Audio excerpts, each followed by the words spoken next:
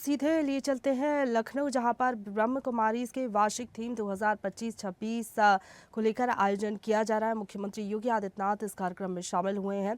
कार्यक्रम की लाइव तस्वीर वे भी एक शिक्षक के रूप में उन्होंने अपने सेवा के कार्यक्रम को आगे बढ़ाया और आज प्रदेश के राज्यपाल के रूप में उनका मार्गदर्शन और नेतृत्व उत्तर प्रदेश जैसे राज्य को प्राप्त हो रहा है। उनकी उपस्थिति हम सब के लिए एक नई प्रेरणा है। मैं उनका भी इस अवसर पर हृदय से स्वागत करता हूं, अभिनंदन करता हूं। बहनों और भाइयों, मैं लखनऊ शाखा से जुड़े हुए उत्तर प्रदेश के ब्रह्मा कुमारी ईश्वरीय विश्वविद्यालय से जुड़े हुए आप सभी पदाधिकारियों को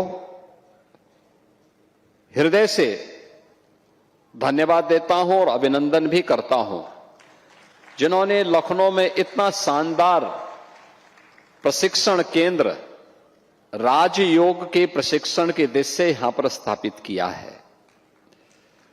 क्योंकि हम लोग बहुत पहले से ही इस बारे में मानते आए हैं और जो भारत की ऋषि परंपरा की भी मान्यता रही है कि मन एवं मनुष्याणाम कारणम बंध मोक्षयो, व्यक्ति के बंधन और मोक्ष का कारण उसका मन है। और सदगुरु रविदास जी महाराज ने भी कहा कि मन चंगा तो कठौती में गंगा, यानी मन की बहिर्मुखी वृत्ति को अंतर्मुखी जो व्यक्ति कर लेगा वह न केवल आत्मिक संतुष्टि का लाभ प्राप्त कर सकता है बल्कि विश्व कल्याण का मार्ग भी वही प्रशस्त कर सकता है।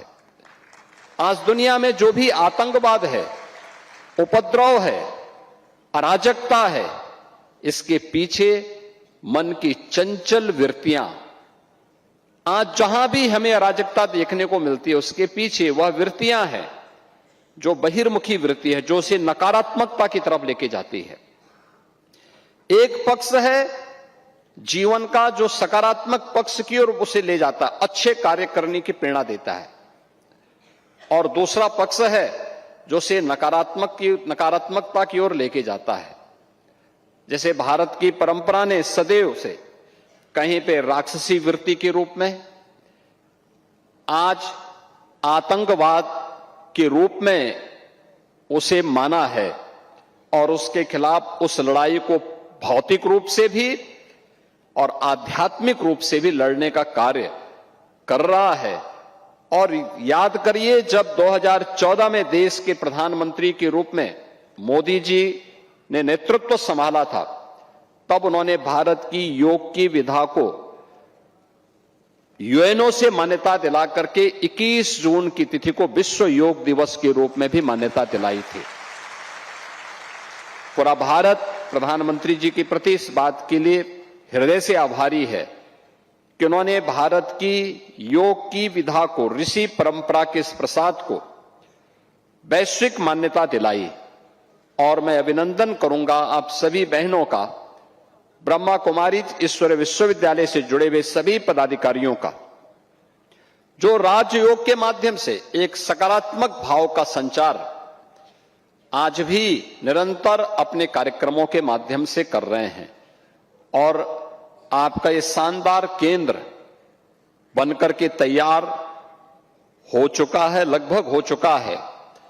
मेरा ये मानना है कि यह केवल लखनऊ के लिए नहीं बल्कि उत्तर प्रदेश का एक उत्तम प्रशिक्षण का केंद्र बन सकता है, जहां से 1 दिन के लिए, 3 दिन के लिए और साप्ताहिक प्रशिक्षण के इस कार्यक्रम के साथ बड़ी मात्रा में समाज को जोड़ने का एक माध्यम हम सबको प्राप्त होगा। मैं इसके लिए आपको बधाई देता हूं।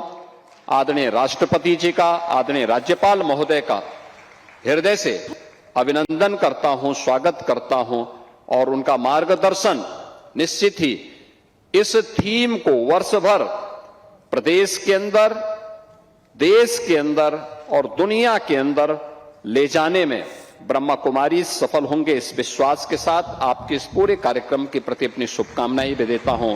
धन्यवाद। जय हिंद।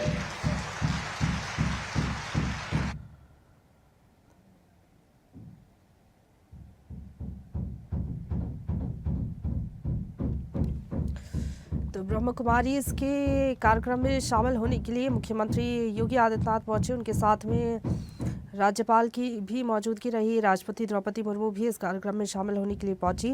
तो ब्रह्म कुमारी इस राजयोग सेंटर में कार्यक्रम आयोजित किया जा रहा है, जिसमें मुख्यमंत्री ने शिरकत की। ब्रह्म कुमारी की वार्षिक थीम 2025-26 का शुभारंभ करने के लिए मुख्यमंत्री पहुंचे।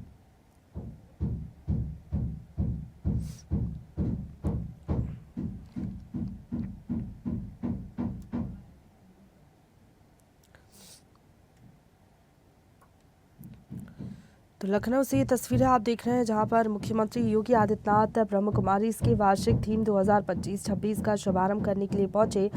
कार्यक्रम में राष्ट्रपति द्रौपदी मुर्मू भी शामिल हुई। इसके साथ ही ब्रह्म कुमारी की भी मौजूदगी रही। तो ब्रह्म कुमारी राजयोग सेंटर में ये कार्यक्रम आयोजित किया जा रहा है, जिसके शुभारंभ कार्यक्रम में मुख्यमंत्री योगी आदित्यनाथ शामिल होने के लिए पहुंचे। कार्यक्रम में राष्ट्रपति द्रौपदी मुर्मू की भी मौजूदगी रही। ब्रह्म कुमारी के वार्षिक थीम 2025-26 का शुभारंभ किया जा रहा है।